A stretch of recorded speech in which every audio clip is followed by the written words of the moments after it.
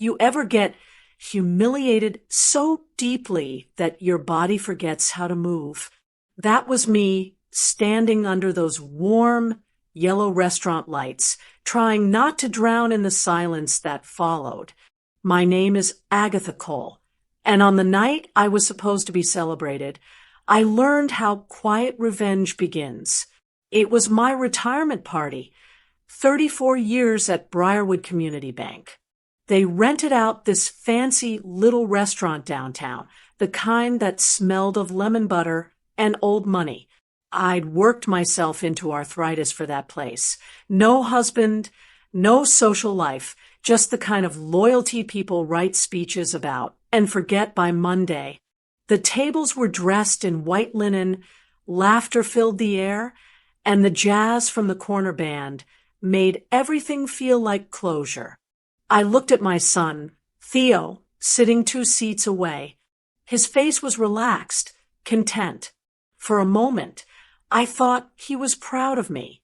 Sitting beside him was Danielle, my daughter-in-law, legs crossed, wine glass tilted, scrolling on her phone like she couldn't care less about anything happening in that room. I brushed it off. She'd never liked me, said I was too involved in Theo's life, that I didn't know boundaries. I told myself to focus on the good. My coworkers smiling, the toast I had written in the back of my planner weeks ago, the idea that maybe for once I'd be seen. When it was my turn to speak, I stood. My hands trembled just enough for me to laugh it off. I thanked the bank, my team, my mentors. I spoke about endurance, about grace, about what it means to build something from scratch. And when I looked at Theo, I said, "You've become a man I can proudly pass the torch to." Applause filled the air. For a split second, I believed everything was okay. Then I saw Danielle stand up. She raised her wine glass, wobbling slightly on her heels. "A toast," she said, voice too loud for comfort. The room went still. Everyone turned toward her. She smiled at me, that kind of smile that hides a knife. "To Agatha," she began, her tone dripping sweet and venomous all at once. "The woman who raised a king," she paused, swirling her wine, "but still acts like the help." The laughter didn't come. Not one sound. Before I could even react, she tilted her glass and let the red wine fall right across my champagne-colored dress. The fabric clung to me, wet and heavy. I could smell the sweetness of it, the sting of alcohol mixing with the salt of my own breath. I looked down at the stain, then back up at her. Danielle laughed, a short, cruel laugh. "Now you look as poor as you really are." Theo didn't move. My son, my baby, didn't say a word. He just stared at the table, as if silence could make it disappear. Every face in that room turned to me, waiting for a scene, waiting for the angry black mother moment they could whisper about later. But I didn't give it to them. I straightened my shoulders, dabbed the stain with a napkin, and smiled. "Thank you, everyone," I said softly. "It's been quite an evening." Then I walked out. The night air outside felt cold and honest. My heels clicked against the pavement. Slow, steady, deliberate. I could hear the faint sound of jazz fading behind me, and I realized I wasn't humiliated. I was awake. They thought they'd embarrassed me. What they really did was show me how much power I'd handed them over my time, my money, my legacy. As I reached my car, I caught my reflection in the window, red stains across my chest, but eyes calm, sharp, alive.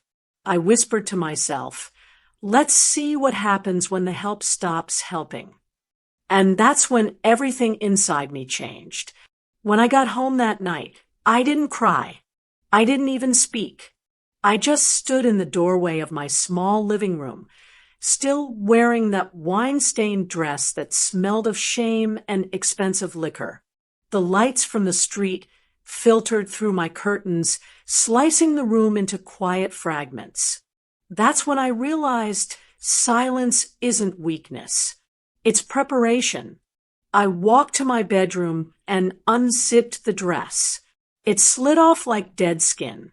I hung it on the back of the door and stared at it for a long time. That stain wasn't Danielle's victory. It was my permission slip to stop being everyone's foundation. I'd been holding up their lives like a beam no one bothered to paint or thank.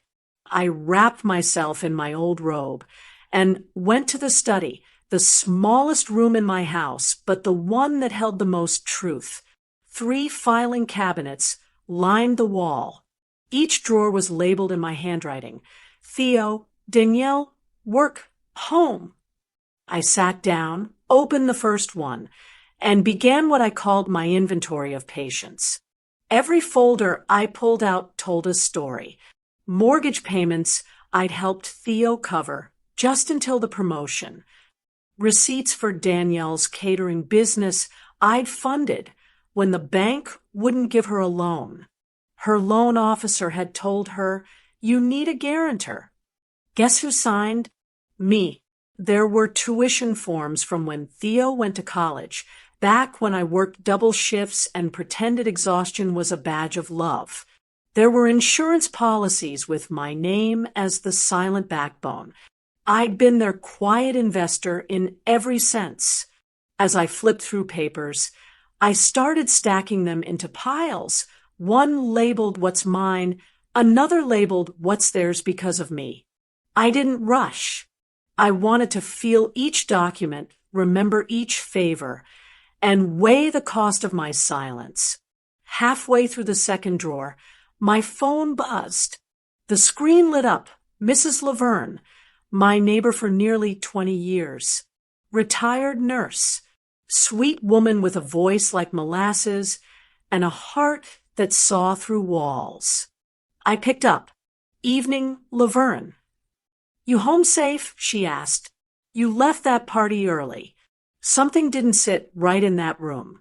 I could feel it through the walls. I smiled faintly.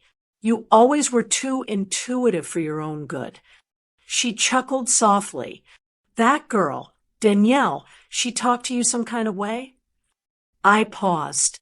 She did. Silence. Then she said, "Some people mistake kindness for ignorance. But I know your eyes, Agatha, they don't forget."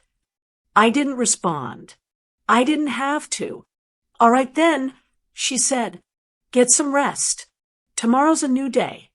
When I hung up, I stared at the mountain of papers surrounding me. Rest wasn't what I needed. Clarity was. I opened my laptop, signed into my bank accounts, and pulled up every transfer, every joint ownership, every co-signature. I realized Danielle and Theo's entire comfort. Their house, their business, even their savings was braided into mine. It wasn't rage that filled me. It was a kind of calm I'd never felt before, the kind of calm that makes you dangerous. I started organizing documents into manila envelopes, one for the bank, one for the lawyer I'd used when I refinanced my house, and one for myself. I labeled each envelope in thick, black ink. My handwriting was steady, too steady for someone who had just been humiliated. By the time dawn began brushing light across my blinds, the room looked like a crime scene of truth. I sat back in my chair, fingers pressed together, breathing slow. The air smelled of old paper and awakening. I whispered, "Tomorrow morning, they'll know who owns what." Then I closed the last drawer and turned off the light. By sunrise, the world outside my window looked too peaceful for what was about to happen.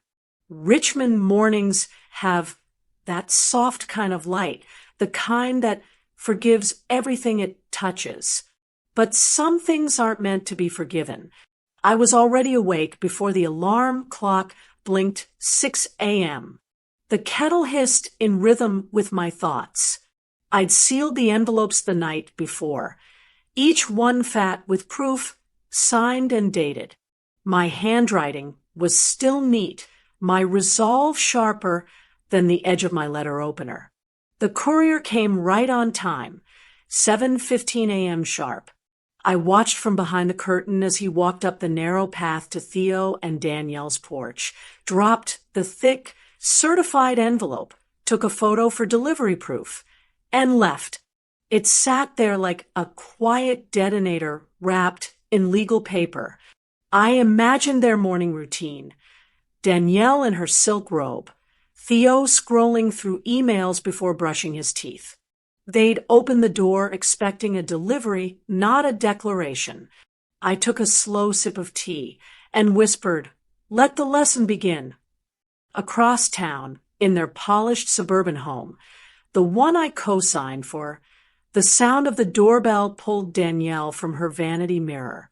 She padded barefoot down the hall, irritation already forming between her brows. She opened the door, saw the envelope marked certified, return receipt requested, and frowned. "Theo," she called. "Something from the bank." He was in the kitchen, half listening, half distracted. "Just leave it on the counter." But Danielle, curious as ever, tore it open. What spilled out wasn't junk mail. It was their reflection, the kind of mirror money can't break. Inside were 3 items. 1. A notice of credit card termination, effective immediately. 2. A property deed transfer acknowledgement, confirming removal of her and Theo's access rights pending full ownership verification. 3. A legal demand from my attorney, 30 days to vacate the home or refinance without my name. At the very top, on plain white stationery, was my handwriting. This is what happens when the bank closes your account. Danielle's breath caught, somewhere between fury and fear. "She can't do this," she shouted. "She can't." Theo snatched the papers from her, scanning them with a look I'd seen before, the same look he had as a boy when caught in a lie. Only now, the stakes were his comfort, not his allowance. He dialed my number immediately. My phone began to buzz across the kitchen counter, vibrating against the ceramic tray, where I kept my teacup. I didn't move. I stirred my tea instead, one slow circle, then another. When the phone rang again, I let it. Danielle's voice followed, distant through the voicemail speaker. "Agatha, this isn't funny. We need to talk." Oh, now they wanted to talk. The irony wasn't lost on me. I'd spent years being available, answering every call, solving every emergency, cushioning every fall. And the one time I chose silence, it was suddenly unbearable for them. I stepped onto my porch, tea in hand. The morning breeze carried the faint scent of magnolias from Mrs. Laverne's yard. She waved from her window, and I raised my cup slightly in return. Inside, my phone kept buzzing, Theo's name lighting up again and again. Finally, I picked it up, stared at the screen, and smiled. "Now they're ready to talk," I whispered. But I didn't answer. Not yet. Some conversations deserve to happen after the silence has done its work. By the time I heard the tires screech against my driveway gravel, I already knew who it was. Only one car in Richmond sounded like that when driven in anger, Theo's silver sedan. I didn't move from my chair. The kettle had just finished whistling, and the steam was still rising when I heard the door slam outside. Danielle's voice cut through the air before I even reached the hallway. "Oh, so this is what you wanted? To ruin us?" Her heels struck the porch like gunfire. Theo trailed behind her, face flushed, eyes darting between anger and guilt. I opened the door before she could knock. "Good morning," I said softly. Danielle's laughter was sharp, almost unhinged. "Good morning?" That's all you have to say after dropping legal bombs on our doorstep. Theo stepped forward, voice trembling. "Mom, please. This isn't you. What's going on?" I looked at him, really looked. His tie was crooked, shirt half tucked, the picture of a man whose foundation had just cracked. There was a time I would have fixed it for him, smoothed the fabric, whispered that everything would be okay. But that woman was gone. "This is exactly me," I said. "You just never took the time to know who that was." Danielle crossed her arms, her perfume hitting me like arrogance bottled up and sold retail. "You're petty, vindictive. You think this makes you powerful? You're a lonely old woman trying to play God." Her words didn't sting. They just hovered. I let the silence stretch until even she grew uneasy. Then I asked calmly, "How does it feel when something you didn't build falls apart?" For a second, her mask cracked, just a flicker that revealed the truth underneath. She looked at Theo, waiting for him to defend her. But he didn't. Not immediately. "Mom, you don't understand what you're doing," he said. "The house, our accounts, this affects me, too." "I know," I said. "That's the point." Danielle stepped forward again. "You're bitter because you've got nothing else going on. You can't stand that your son moved on, that he doesn't need you anymore." I laughed then, quietly, the kind of laugh that comes from disbelief more than humor. "If you truly didn't need me," I said, "you wouldn't be on my porch screaming at 8 in the morning." Theo's jaw tightened. "You're proving her right, Mom. You are bitter." There it was, the knife hidden in his tone. I'd always known it would come to this moment, but knowing doesn't soften the wound. I turned my back to them, walked toward the kitchen, and poured myself another cup of tea. My hand trembled once on the handle before I steadied it. "Sit down," I said. "If you came here to talk like grown people." But Danielle couldn't. Her pride wouldn't let her. "You really think we'll beg?" she spat. "You can keep your stupid house. We'll figure it out." Theo finally snapped. His voice rose sharp and shaking. "You've done enough, Mom. Maybe it's time you stop pretending you're some saint. Dad's gone, and you're just—" He stopped. The word he wanted to say hung there like smoke. But I already knew it. "Just what?" I asked. He looked away. "Then this conversation is over," I said, voice steady. I opened the door, the same one I'd once watched him walk through on his first day of school, backpack too big for his body. Now he was the one too small for his choices. They walked out without another word. I closed the door behind them, the click echoing through the house like punctuation at the end of a long, overdue sentence. They told me grief would teach me how to be small. Leon's funeral taught me how to be big. My name is Agatha Cole, and I remember standing on that church lawn while men in suits folded the flag over a casket that still smelled like the hospital, antiseptic, and something colder. Theo was 8, a thin child with my eyes and his father's stubborn chin. I promised him then, with dirt under my nails and knees that ached from kneeling, that he would never know the pinch of not enough. I swore I'd be the safety net, so tight he'd never feel the fall. You hear promises change the way you live. I believed mine. I worked nights. I took promotions that meant less sleep and more security. I tucked away pennies in accounts with names that would matter later. I co-signed, guaranteed, COSIT, all the invisible architecture that kept their life from leaning toward collapse. When Theo grew, he leaned into that shelter like it was permanent, not acknowledging the hands that built it. I hadn't realized, not truly, that in building him an unshakable safety net, I'd also built him a reliance that dulled his backbone.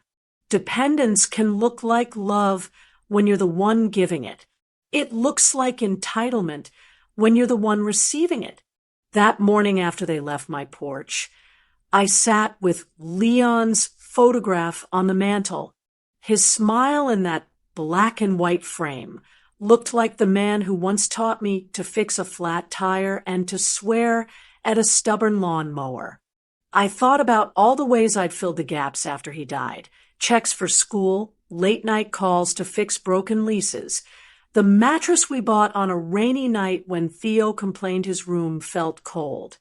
I thought about how each act of providing had become a stitch in the fabric of someone else's security blanket, a blanket they now assumed belonged to them.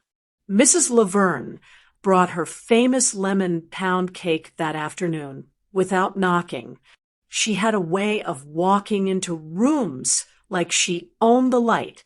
She sat opposite me at the kitchen table, set down a dish towel, and said plainly, "You taught him to lean on you, Agatha. You did that with grace. But grace ain't your whole life. You think I did wrong?" I asked. "No," she said, "but you taught him comfort, not courage, and now he expects comfort without cost." Her words weren't a rebuke. They were a mirror. I swallowed a piece of cake, and the taste of truth came bittersweet. Laverne had watched me for 20 years, watched me show up with casseroles, sign papers, and forgive slights that would have felled other women. She knew what my patience had become, an enabling structure. "You're not going to let it keep going?" she asked. I shook my head. "Not this time." That's when she did something she'd never done before. She nudged me toward action. "The credit union board's meeting is next week," she said. "They need somebody with your sense. Folks around here trust you. Don't waste that on people who won't say thank you." At first, I laughed, a short, incredulous sound. Me? On a board? But the laugh was a question I didn't want to answer with silence. I thought of the bank where I'd spent 34 years, the ledgers, the compliance binders, the quiet authority of someone who knew how money moved. I thought of the meetings where men with nicer suits made decisions for women who saved harder. I thought of how many people like me were overlooked when power was doled out. Laverne looked at me as if she were peering into a window of what I might become. "You've got too much wisdom to waste on the ungrateful," she said. "Put it where it changes lives, not just cushions the spoiled." The idea lodged in me like a seed. I had been pouring water from a leaky pitcher for decades. Maybe it was time to mend the pitcher and teach others to hold it steady. A week later, the credit union director I'd trained years ago called. She said they needed someone who knew community banking, someone people trusted. The timing felt too perfect to be coincidence, or maybe grace was circling back, giving me something new to build. That evening, I called the number Laverne gave me. The phone rang twice before a woman's voice answered, polite and brisk. I told her who I was. I told her I'd attended the community meeting last month and that I'd be at the next one. I said I wanted to help, not to bail out someone's bad decisions, but to teach enough people how to keep their own roofs over their heads. When I hung up, the kitchen felt different, less like a waiting room and more like a place where plans could begin. I sat at the table, palms flat on the wood, and let the quiet settle. I took out a pen, signed the membership form they'd emailed, and wrote my name firmly across the line where it said board candidate. My handwriting looked older, but surer.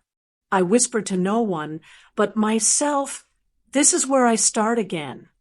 Then I set the form on the counter and folded my hands over it, as if keeping a prayer and a contract in the same place could hold both hope and consequence. If you want to start a small city scandal these days, you don't need a microphone, you need Wi-Fi. I learned that faster than I wanted.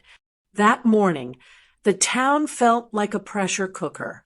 I was folding laundry at my kitchen table when my phone buzzed so many times the screen lit up like dawn. Danielle had posted something short, venomous, and vague. Greedy boomers who think everything they did built our lives. Newsflash, we did the heavy lifting. The post had no names, but social media doesn't wait for details. It waits for outrage. Calls came in from folks I'd known for years, former colleagues from the credit department, neighbors, women from church whom I'd helped with casseroles after funerals. Agatha, they said, each voice pinched and curious. Is that true? What happened? Are you all right? A few asked because they cared. A few asked because they wanted a story to whisper over Sunday coffee. I didn't explain. There's a kind of power in silence that looks like dignity to strangers and like threat to the guilty. I let them have their guesses. She must have snapped. A woman speculated. She's acting out. Others offered sympathy that felt like a ledger entry, condolences credited to reputation. I kept my answers minimal. I'm fine. I'll call you later. Never once did I tell the truth about envelopes or deeds. Let them knot their tongues with rumors. Let the noise do some of the work. Mid-morning, a car I recognized rolled up my street slowly, an old Corolla with a dent on the passenger door. Marcus leaned on the hood. When he got out, hands in his pockets like a kid trying to act casual. He was someone Theo had run with in high school, the kind of man who had always been loyal until loyalty became inconvenient. Now he looked older, softer, and unsettled. Miss Agatha, he said when he reached my stoop, I'm sorry I haven't called. I saw the posts. I should have checked in sooner. His voice did that humble thing that fools men into admitting small truths. He came inside like he belonged. We sat at my table with 2 mugs of tea cooling between us. He talked about the barbershop chatter, the way people replayed Danielle's post and filled in the blanks with gossip. He spoke not to justify Theo, but to weigh his absence, to confess that friends had let things slide while life got noisier. I drifted, he said. We all drifted. I should have called him. I thought he had it. He looked at me then, genuine and embarrassed. You did so much for him. I didn't see how much. I listened. Marcus became a mirror I hadn't asked for, showing me how quietly a son's moral muscle can atrophy when everyone else does the heavy lifting. He didn't ask for money. He didn't plead. He wanted to understand how I hadn't spoken up sooner, why I'd stayed the steady hand until the fabric had been assumed to be theirs. You weren't meant to be everybody's backstop, he said finally, eyes fixed on the steam from his cup. I'm sorry, I didn't notice until it was loud. His apology landed like a small, honest coin. It wasn't the confession I wanted from my son, but it was something. It showed that the world around Theo had been softer on him than reality deserved. We talked long enough for the sun to move across the kitchen floor, and for my patience to feel like currency again. Marcus left promising to call Theo, promising, more importantly, to be honest with him. Maybe that would matter. Maybe it wouldn't. I kept my skepticism like a shawl, warm, practical, necessary. A week after the porch argument, as the afternoon wore on, I walked to the mailbox out by the curb. The neighborhood had grown quiet, people inside, screens open, conjectures multiplying in the glow. I sorted through the usual junk, a church flyer, a coupon, and, tucked between them, a small legal-looking envelope I hadn't expected. I didn't open it right away. For a long time, I just held it, felt the weight of paper and possibility. When I finally slipped my thumb under the seal and unfolded the page inside, my eyes skimmed the bold header. Foreclosure notice. Property of Theo Gaines and Danielle Gaines.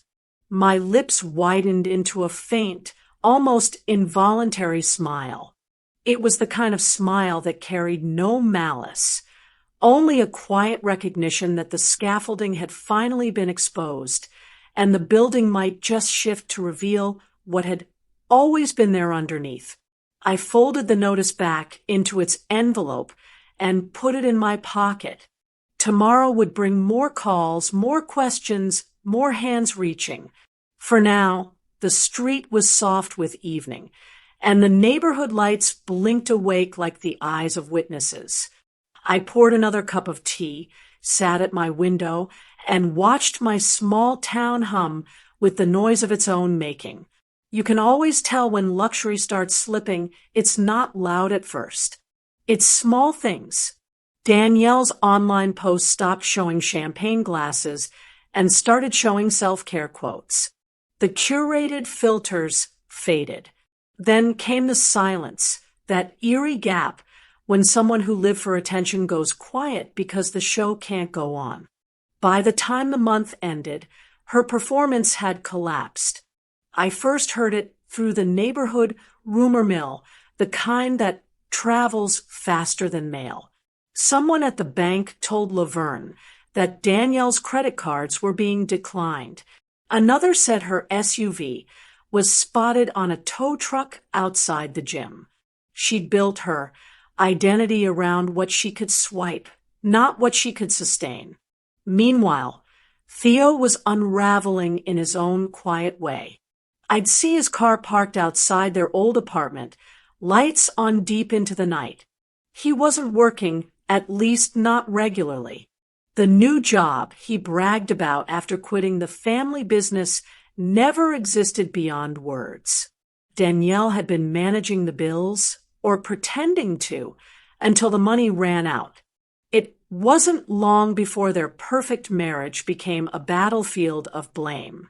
Danielle accused him of letting your mother poison everything, while Theo shouted about you and your dam. Spending. Neighbors said they heard glass break one night. Someone mentioned Danielle crying outside the complex with her phone clutched like a lifeline. I didn't gloat. I didn't dance. I simply watched the dominoes fall in the order they had been stacked. You can't call it revenge when it's just arithmetic. That Friday, as I was finishing paperwork for the credit union board, my phone buzzed with a number I recognized but didn't save anymore. Danielle. I let it go to voicemail. A few minutes later, curiosity got the better of me. I pressed play. Her voice filled the room, stripped of its usual polish, heavy with breath and panic. Agatha, please. You win, okay? Please just help us. Theo's a mess. The car's gone. They froze our account. I don't even know what to do. I shouldn't have said those things at the party. I was just angry. Please, I can't. I can't do this anymore. She sniffled hard, then added in a cracked whisper, You got what you wanted. Can you stop now? Then the message ended, the beep echoing in my kitchen like a closing door. For a moment, I just stood there, letting the silence swallow the sound of her voice. I remembered her eyes at that retirement party, glossy with triumph as she called me the help. I remembered Theo's silence, his refusal to meet my gaze. There was a time I might have called back. I might have offered groceries, advice, or a way out. But that woman, the one who rescued out of habit, was gone. She'd been replaced by someone who understood that mercy without accountability is just another kind of indulgence. I sat at the table, the afternoon light slicing through the blinds, warm against my hands. The phone screen still glowed faintly with her name. My hand trembled once before I steadied it. I hovered my thumb over the button, exhaled slowly, and pressed delete. The sound of erasure was satisfying in a quiet, sacred way, like setting down a heavy box I'd carried too long. I'm not competing. I murmured to the empty room, my voice steady. I'm correcting. Outside, the sun began to sink, that late orange hour when everything looks honest. Somewhere across town, Danielle was probably realizing that apologies don't come with refunds, and Theo was learning what happens when dependence loses its host. I poured myself a cup of tea and raised it toward the window, to no one in particular. For the first time in years, my peace didn't feel borrowed. It felt earned, and I knew this was only the beginning of what correction truly looked like. It was a gray Thursday morning when Theo came knocking. Not the sharp, impatient knocks of entitlement. This one was soft. 3 uncertain taps that barely carried through the hallway. I opened the door, and there he was, the man I raised, but not the one I remembered. His suit was gone, replaced by a wrinkled t-shirt and jeans that didn't fit right. His eyes, once so quick to roll, now just looked tired.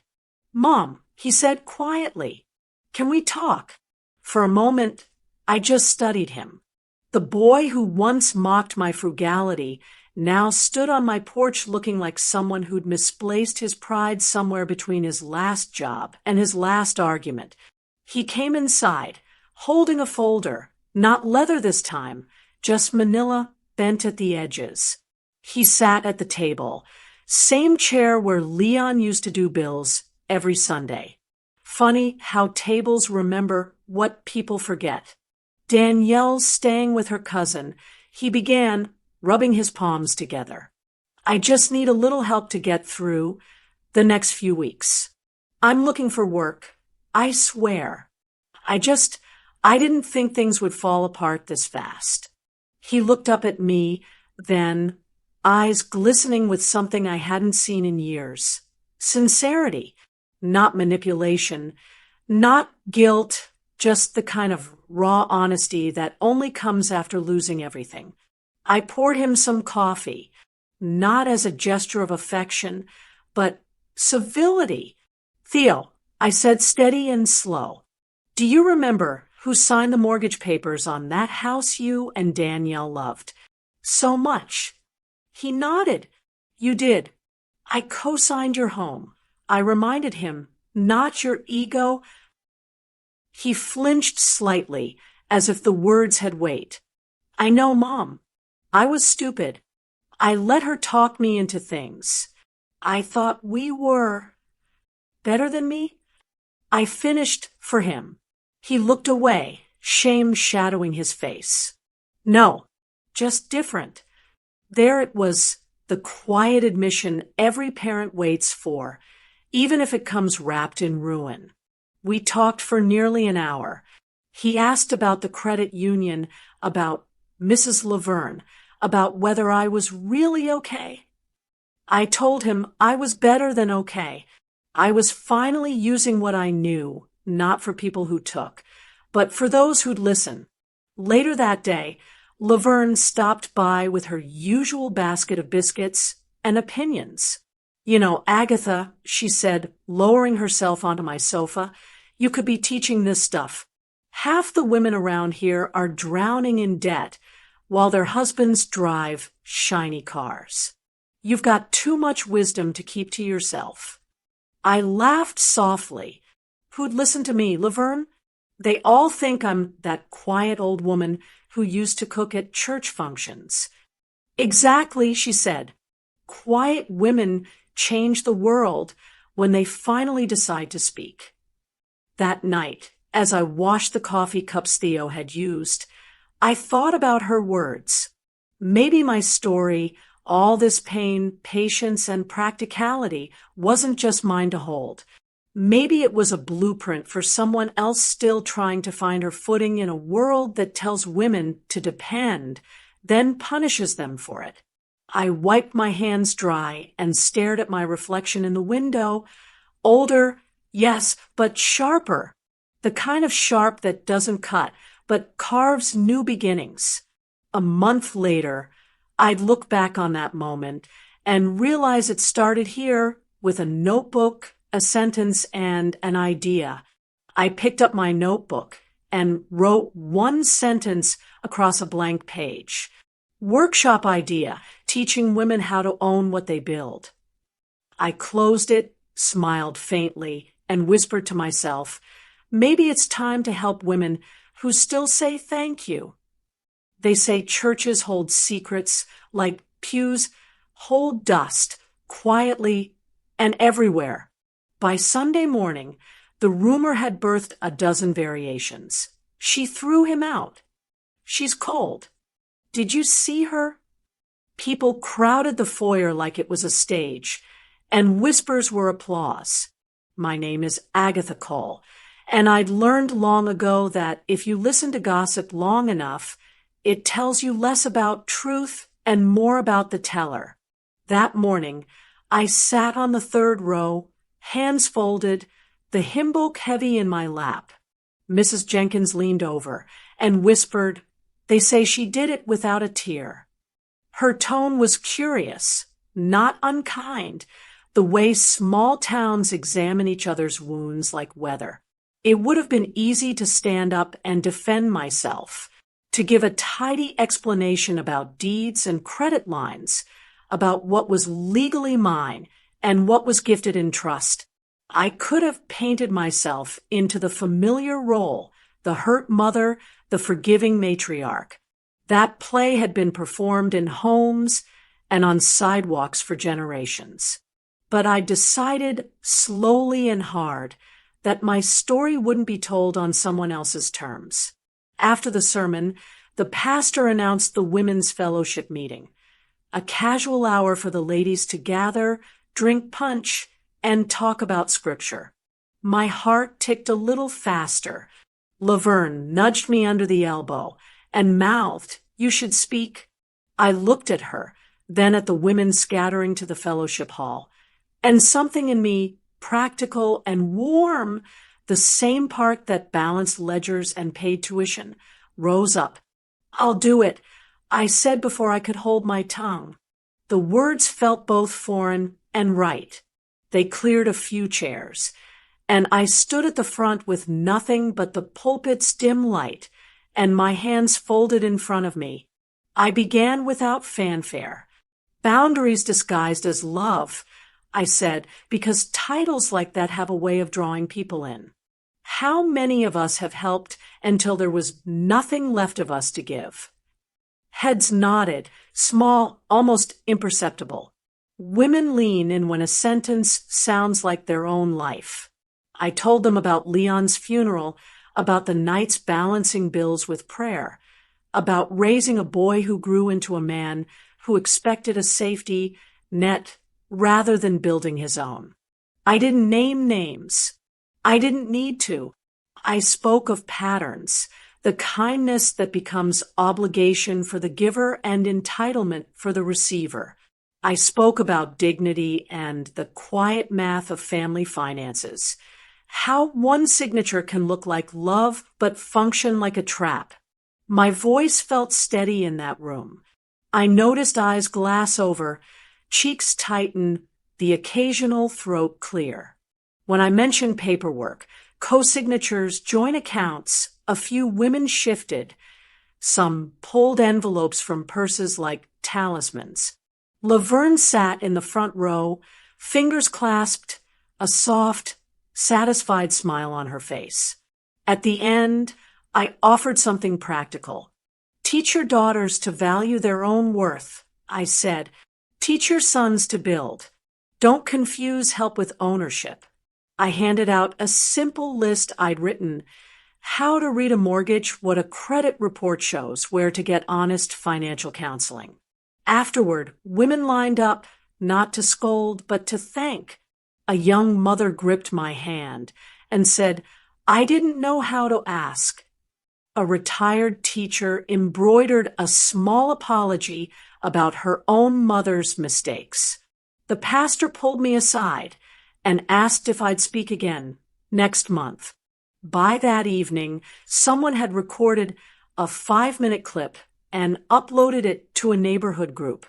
In the digital age, churches are also stages, and phones are the echo.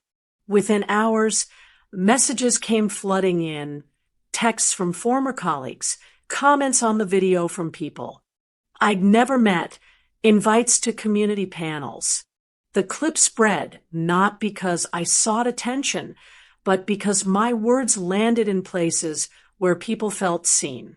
Your voice did something, Laverne said the next morning, handing me the paperbacks the church coordinator dropped off. You've made people think before they give themselves away. A week later, I sat on my porch after the service, watching the road, the same one Theo had pedaled down as a boy. The church gossip had shifted, speculation softened into admiration. But admiration wasn't what I wanted. I wanted change. That's when I saw Danielle slip into the back of the fellowship hall, shoulders hunched, mascara smudged, so the dots of black looked like little storms. She sat 2 rows behind Laverne, hands clenched in her lap, and did not meet my eyes. She wasn't there to accuse. She was there to watch.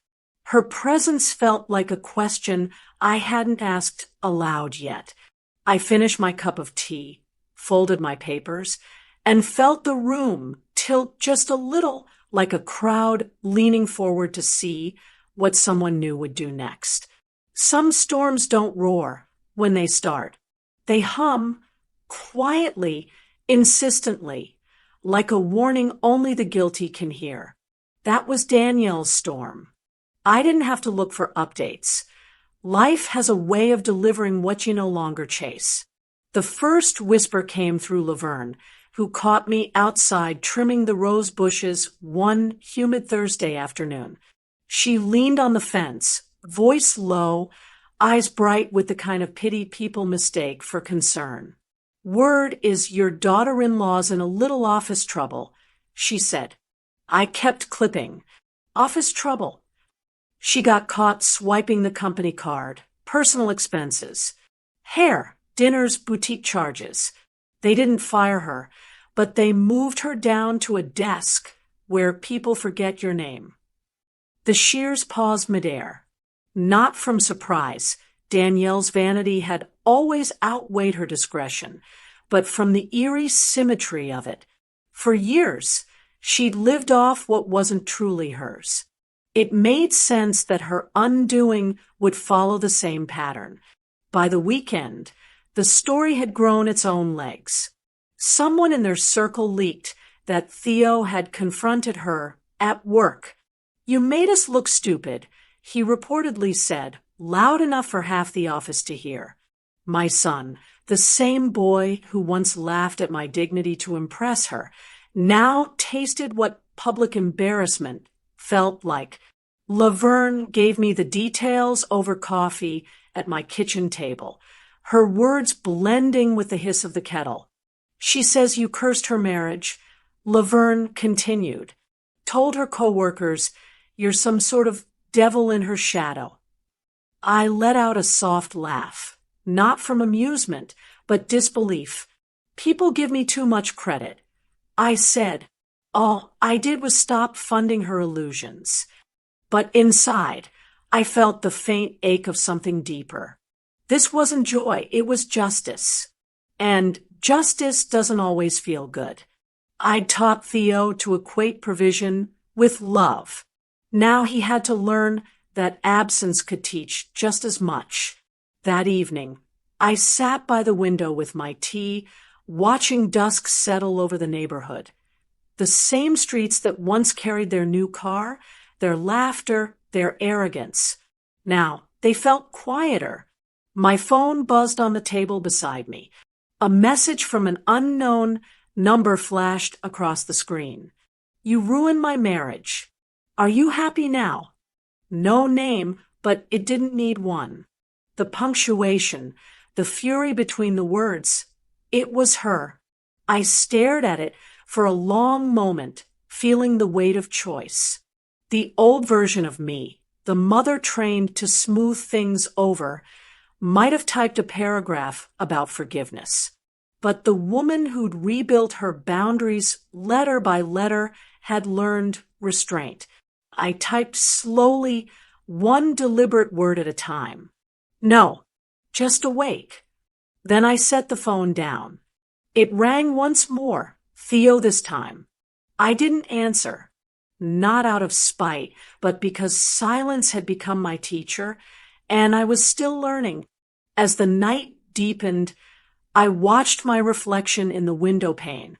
Behind me, the flicker of candlelight caught the edges of my framed certificates, my father's old photograph, and the faint shimmer of the retirement plaque they'd handed me that night in the restaurant.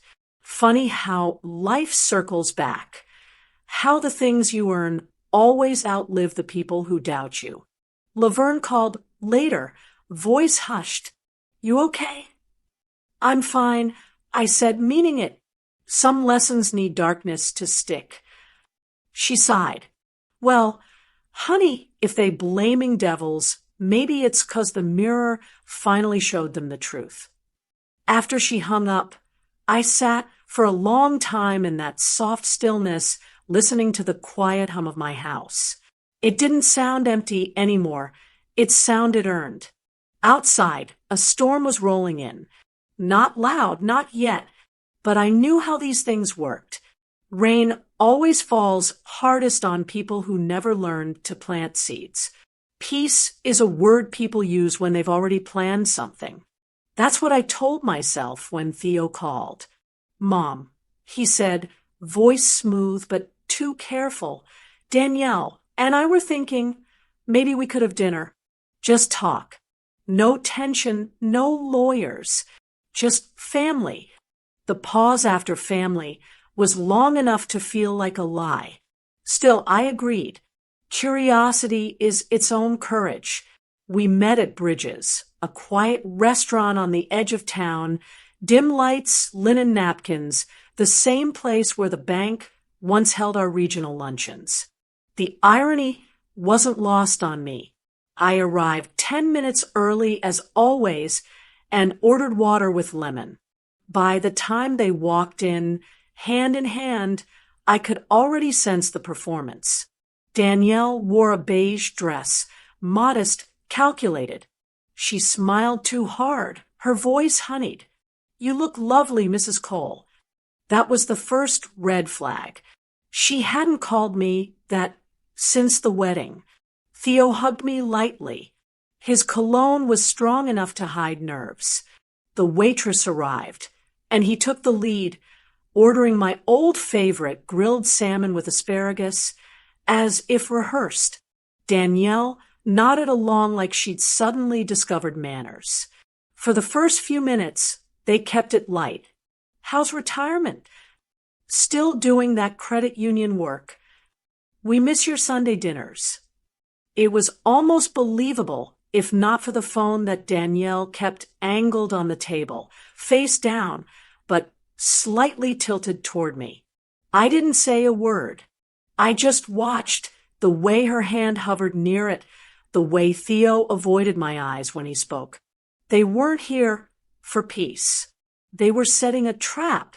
Halfway through the meal, Danielle leaned in. "You know, Agatha, people don't always understand boundaries when it comes to money," she began softly, rehearsed like a speech. "Sometimes generosity can turn into control." Theo picked up the cue. "Yep, Mom." I mean, maybe you didn't mean it that way, but helping us and then taking it all back, it kind of looks like manipulation. I smiled. Not the polite kind, the knowing kind. Is that what your lawyer told you to say?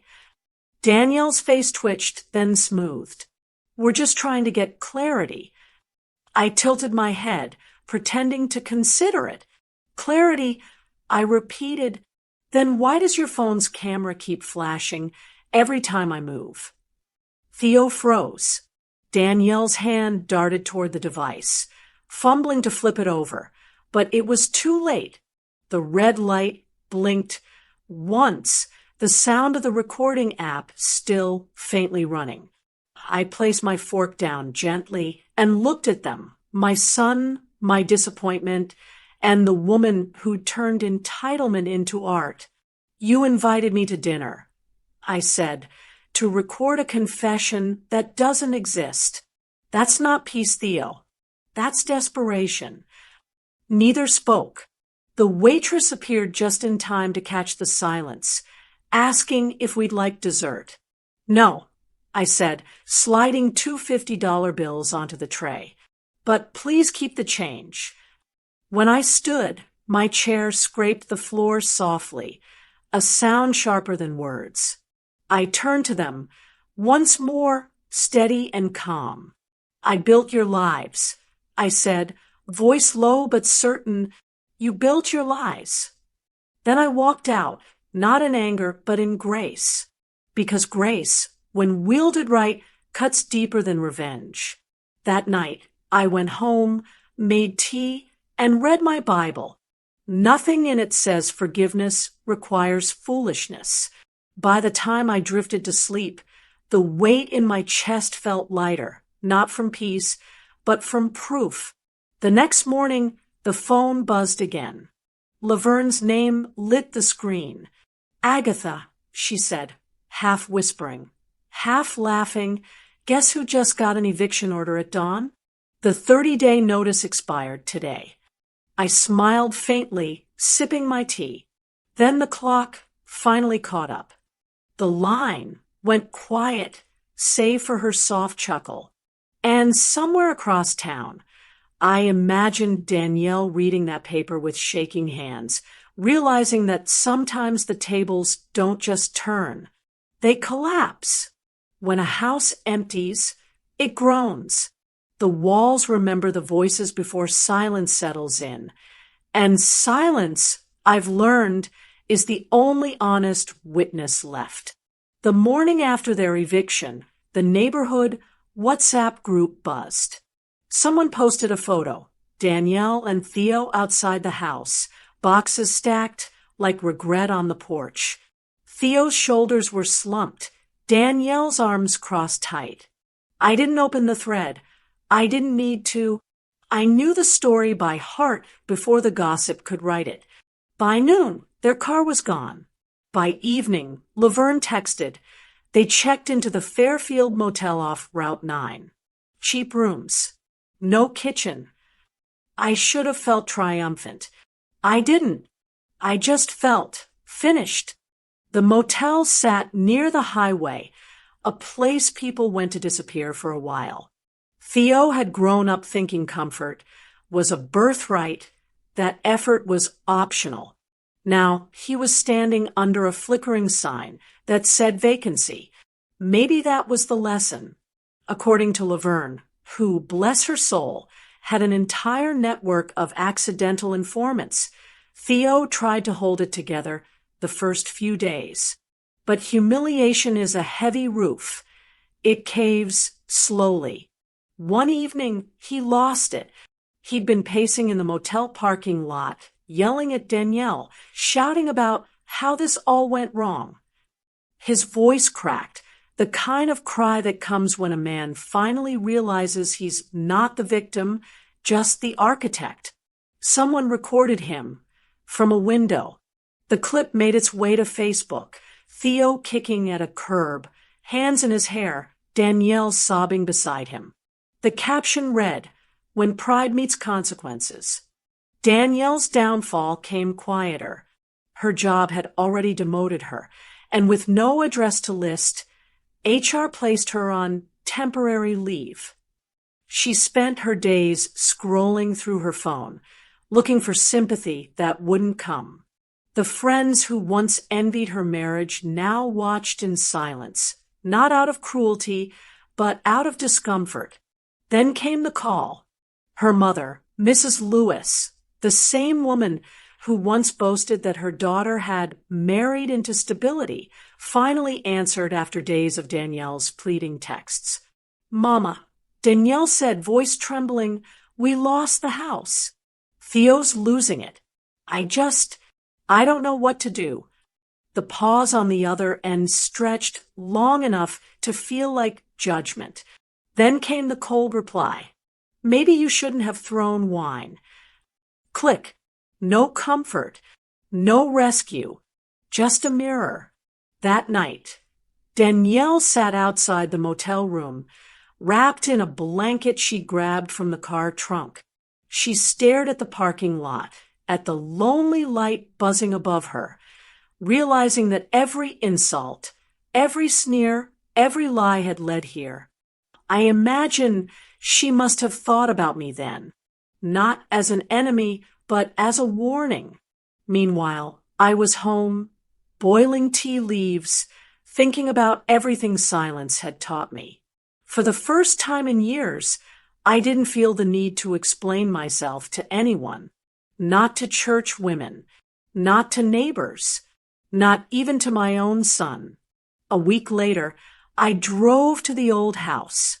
The realtor had left the key under the mat, just as arranged.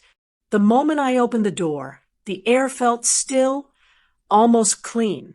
No perfume, no shouting, no clatter of entitlement echoing down the hallway, just light streaming through the curtains, soft and honest. I walked from room to room. The living room where Danielle once hosted her influencer brunches, the kitchen where she called my cooking too old-fashioned. Now, it was all empty, stripped of arrogance. I stood in the doorway, looked around once more, and whispered to no one in particular, "Looks better without entitlement in it." And for the first time, the house agreed. The envelope arrived on a Tuesday morning, plain, unmarked, sitting on my porch like it had walked there on its own. The handwriting on the front was shaky, unfamiliar at first, until I saw the way he wrote in Agatha, too tall, too careful. My son had always tried to make his letters look better than his mistakes. I sat at the kitchen table, the same one where he used to do homework, while I cooked. My tea went cold as I stared at the letter. Part of me didn't want to open it. For months, silence had been my safety. Words, I feared, would reopen things I'd carefully buried. But I tore the seal anyway. It began without pleasantries. No "Dear Mom," no dates or apologies tucked in politeness. Just this: "I don't know who I am without your disappointment. Maybe that's the problem." I stopped breathing for a moment. He wrote that he'd been driving deliveries to pay for the motel, taking shifts from dawn till dusk. Said the hum of the road made him think. Said he realized he'd spent his life trying to make Danielle proud, to be the kind of man she could brag about. And in doing so, he'd stopped being the kind of man his father had raised him to be. He admitted he'd mocked me to her because he was ashamed of needing me, that he'd chosen arrogance over honesty because pride was cheaper than gratitude. "I blamed you for setting standards I couldn't meet, when the truth is, you just wanted me to stand on my own feet." The words blurred halfway through. My vision did too. He wrote that he'd seen the eviction notice and knew I'd waited until the legal limit before acting, that I hadn't destroyed him. I'd let reality do it for me. He called that mercy. By the time I reached the end, my hands were trembling. The last line was short, 4 words that cracked something open inside me. I miss home, Mom. I folded the letter carefully, pressing it to my chest. And then, for the first time since the night of that humiliating party, I broke. Not the quiet tears I'd mastered, not the kind that fell behind a closed door. This was the kind that emptied you out. I cried for the years I'd spent pretending strength was silence. I cried for the boy who used to fix my porch light before school. I cried because motherhood doesn't end when love fails. It ends when hope stops breathing. And somehow, this letter had given mine back. The house felt too small for the storm inside me. So I drove. The letter sat in my lap, trembling with every bump in the road, as if it, too, had something left to say. The cemetery was quiet that afternoon. The sky had that soft gray look that comes before rain. I found Leon's grave easily. I always did. The grass around it was freshly trimmed, the stone smooth from years of my fingertips tracing his name. I knelt and placed the letter at the base. Leon, I whispered, voice shaking. He finally said sorry. The wind stirred, gentle like a sigh. I paused, swallowing the ache. I finally raised him.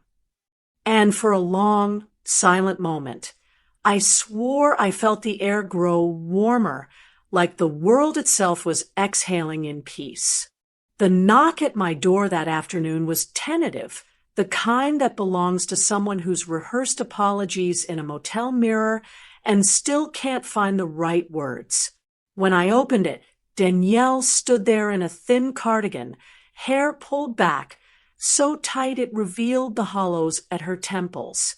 She looked smaller than she had the night she tossed the wine, smaller than the woman who used to command rooms with a laugh. She didn't step in. She folded her hands in front of her like a child waiting for permission. Her cheeks were raw from sleeping in motel towels, and under her eyes, the mascara had left delicate black rivers. There was no drama in her entrance, just exhaustion. "How are you, Danielle?" I asked because manners outlive circumstance. She searched my face as if trying to find the villain in it. "How did you stay so calm?" she asked finally, no preface, no pretense. Her voice was small and foreign to me, stripped of the clipped confidence she once wore like perfume. The question sat in the doorway like a dare. For a moment, I watched the neighbor's hydrangeas shake in the breeze. I watched her fingers twist the edge of her sleeve. I thought of the years I'd been silent because I believed silence was respect, because I thought my hands could repair things without making noise.